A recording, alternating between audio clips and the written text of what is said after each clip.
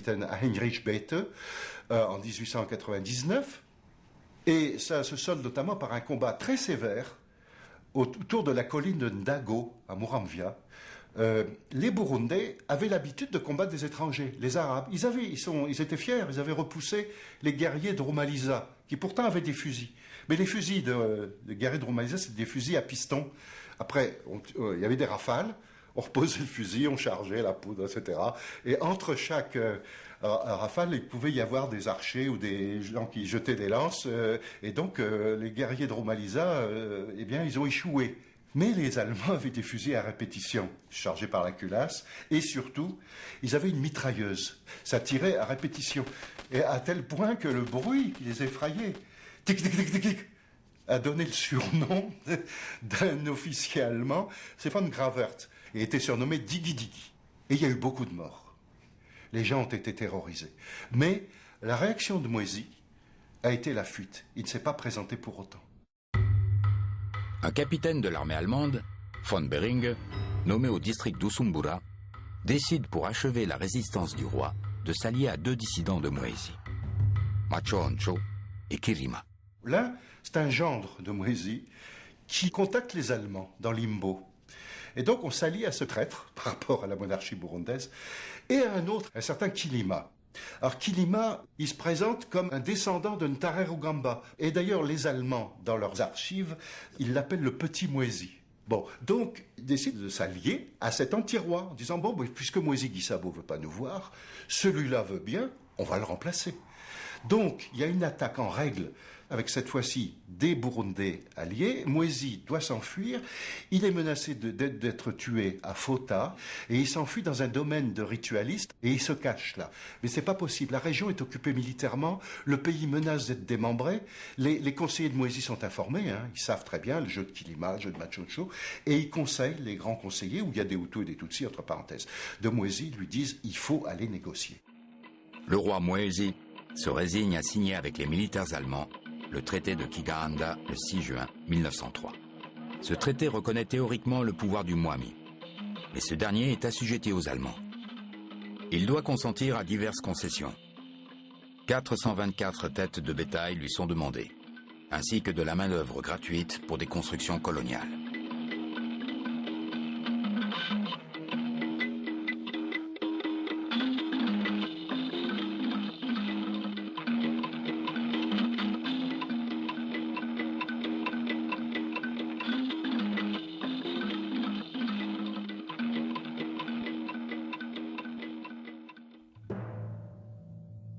Une grave rébellion éclate au sud-est de l'Afrique orientale allemande. L'armée parvient difficilement à la mater. Pour éviter de nouveaux affrontements, les Allemands optent pour une politique coloniale plus respectueuse envers les autorités traditionnelles. Au Burundi, le pouvoir du Mwami est rétabli. Le pays devient en 1907 une résidence sous protectorat allemand. Les dissidents Machoncho et Kirima, n'étant plus utiles, sont évincés.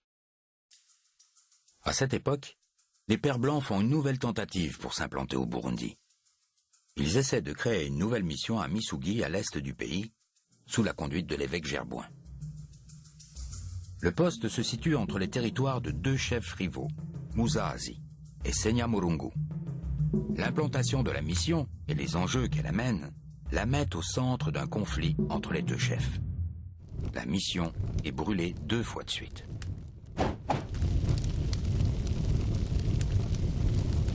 Ce qui arrive, c'est que là, les Allemands se considèrent dans leur domaine. Et donc, ils envoient une expédition punitive dirigée par von Gravert. Et alors là, il n'y va pas de main morte. Il y a 200 morts. Il y a ensuite le chef Muzazi qui reçoit un ultimatum. Il doit fournir 800 arbres pour la construction de la mission. Et, je ne sais plus, 40 têtes de bétail, etc.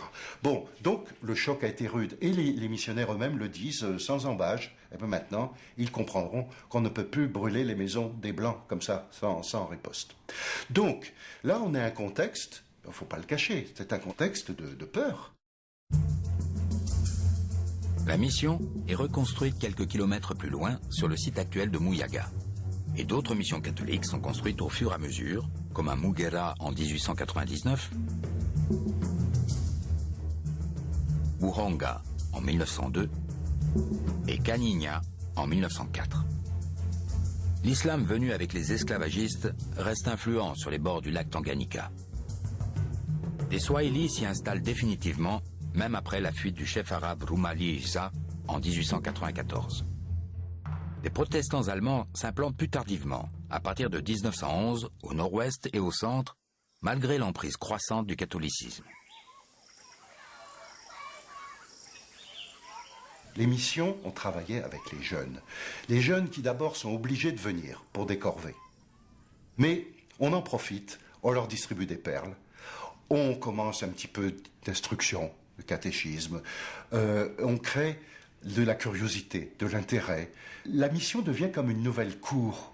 On va Goussaba, chez ces gens. Donc il y a des tas de gens qui développent leur carrière, si on peut dire, qui découvrent un autre monde. Ils vont aller à l'école, ils vont apprendre à lire après, ils vont apprendre des métiers, ils vont devenir maçons. Et il y a un nouvel horizon. Et vraiment, les missions vont commencer à intéresser des gens. Et on voit des centaines de gens qui se convertissent, etc. Au début, j'ai insisté sur le rôle de la terreur, mais il ne faut pas en rester là. Et d'ailleurs, quand on demande à des vieilles personnes des souvenirs de leur conversion, ils décrivent ça sur un mode social.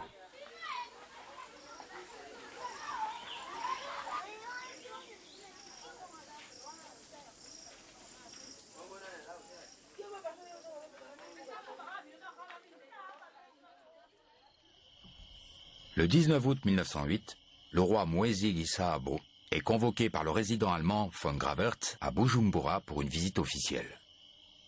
La délégation d'au moins 1 millier d'hommes arrive à la station. Des cadeaux sont échangés. Le roi présente plusieurs de ses fils. Il dort à la station et repart le lendemain. La tradition interdisait aux Mwami de voir le lac au risque d'en mourir. Coïncidence ? Superstition, Mwezi Gisabo meurt sur le chemin du retour. Après sa mort, Riri Kumutima, l'épouse préférée du roi Mwezi, va intriguer pour mettre sur le trône Mutaaga, son fils, dont elle sera la régente. Très vite, Mutaaga est assassiné suite à une intrigue familiale. Il est remplacé par son propre fils, le jeune Mwambutsa, alors âgé de 3 ans. C'est son oncle, Tarugera, qui en devient le régent jusqu'à sa majorité.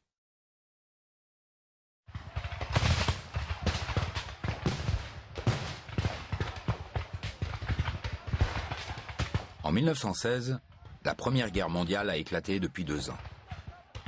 L'armée coloniale belge, composée majoritairement de Congolais, prend l'avantage sur les Allemands dans la région du Burundi. Ils sont aussi appuyés par l'armée anglaise, venus d'Ouganda et du Kenya. Le 10 juin 1916, le cuirassé von Goetzen, lancé sur le lac Tanganyika, est coulé devant Kigoma par un hydravion de la coalition anglo-belge.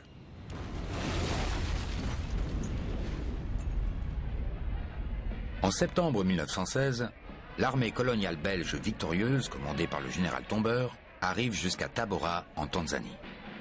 À partir de cette date, la Belgique gère le Rwanda et le Burundi comme un seul territoire, appelé Rwanda-Urundi, sous la supervision de la Société des Nations, qui devient plus tard l'ONU. Les Allemands sont restés un peu plus de 10 ans au Burundi.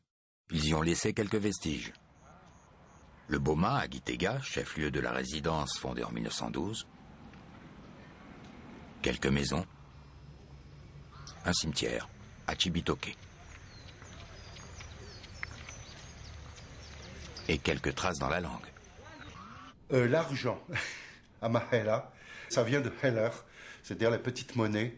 Et le Heller, c'est ça qu'on voyait circuler au Burundi, petite pièce de cuivre là, et ça donne Amahela. Les Allemands ont aussi introduit le café dans le pays. Mais ils ont surtout laissé en substance leur vision coloniale du Burundi, dont les Belges s'inspirent. Il se trouve qu'un des premiers Belges qui ait eu des responsabilités importantes au Burundi, Pierre Ryckmans, connaissait l'allemand. Il a pu lire une série de rapports. Et donc, l'idée de Ryckmans, il faut respecter la monarchie du Burundi. Il faut établir un régime d'administration indirecte. Je pense qu'elle a été fondée sur l'expérience allemande, y compris l'expérience mal réussie. Pierre Reckmans est le premier résident du territoire Rwanda-Urundi. C'est lui qui est à la tête de l'administration belge dans la région. Il met en place un système d'administration indirecte qui consiste à maintenir les pouvoirs locaux en place. Si ce choix de gestion se révèle respectueux des valeurs traditionnelles, il permet aussi une infiltration du pouvoir colonial dans les piliers mêmes de la société burundaise. À l'arrivée des Belges, le Mwami Mwambutsa est encore un enfant. Il est entouré d'un conseil de régence qui gouverne pour lui. Ce conseil de régence est, sous le mandat belge, élargi à des Ganois gagnés à la cause coloniale. Il devient alors le conseil du royaume. Dans l'esprit de l'administration belge, la création du conseil du royaume venait briser l'influence de certains responsables locaux dont l'autorité commençait finalement à être influente. Donc il fallait finalement diluer cette influence en élargissant le conseil du royaume à deux chefs qui sont très gagnés à la cause coloniale. C'est une manière pour les colonisateurs belges de contrôler l'action politique du roi, un roi en devenir, puisqu'il est encore tout jeune. Donc c'est une manière de contrôler. On va bien entendu pas aller placer aux côtés du roi un révolté qui ose remettre en question l'imposition de la puissance coloniale dans le pays. Les Belges s'appuient de plus en plus sur les Ganois pour asseoir leur autorité. Le système de l'administration indirecte, qu'est-ce que c'est dans la théorie en tout cas? C'est en gros s'appuyer sur les élites au pouvoir qui déjà dirigent pour avoir plus de facilité à diriger une population qui n'est pas celle du colonisateur. Donc il y a déjà une première chose, c'est que ces Baganois gouvernent de fait déjà l'immense majorité du territoire.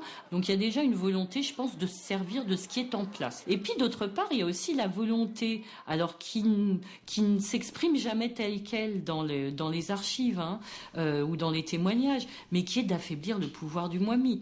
C'est quand même un grand personnage assez mythique.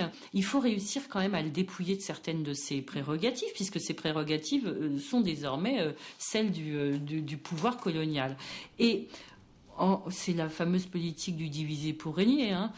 Donc, plus on va réussir à mettre en opposition des Baganois qui peuvent éventuellement concurrencer le pouvoir du Mwami, et mieux la position, une espèce de position arbitrale de l'autorité coloniale qui va pouvoir gérer les conflits en fait entre le Mwami et ses chefs, ça va devenir une espèce de position assez confortable finalement pour la colonisation belge. Quand on est celui qui tient les ficelles, ça devient beaucoup plus facile de faire ce qu'on veut.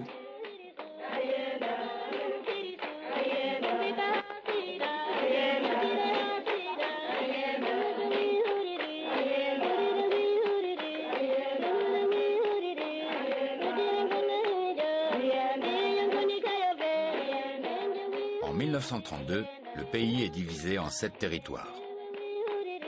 Ces territoires sont subdivisés en chefferies et en sous-chefferies dirigées par des Burundais sous l'autorité du Mwami. Mais c'est l'administration coloniale qui a le dernier mot. C'est-à-dire qu'officiellement, le Mwami continue à être le pouvoir suprême au-dessus des chefs.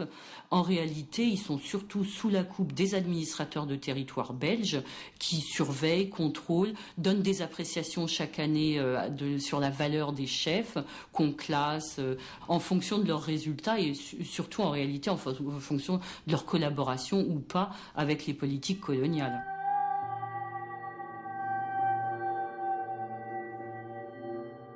Même si au départ, il y avait des chefs Hutus, Tutsis et Ganois, progressivement, l'administration belge évince une majorité de chefs Hutus.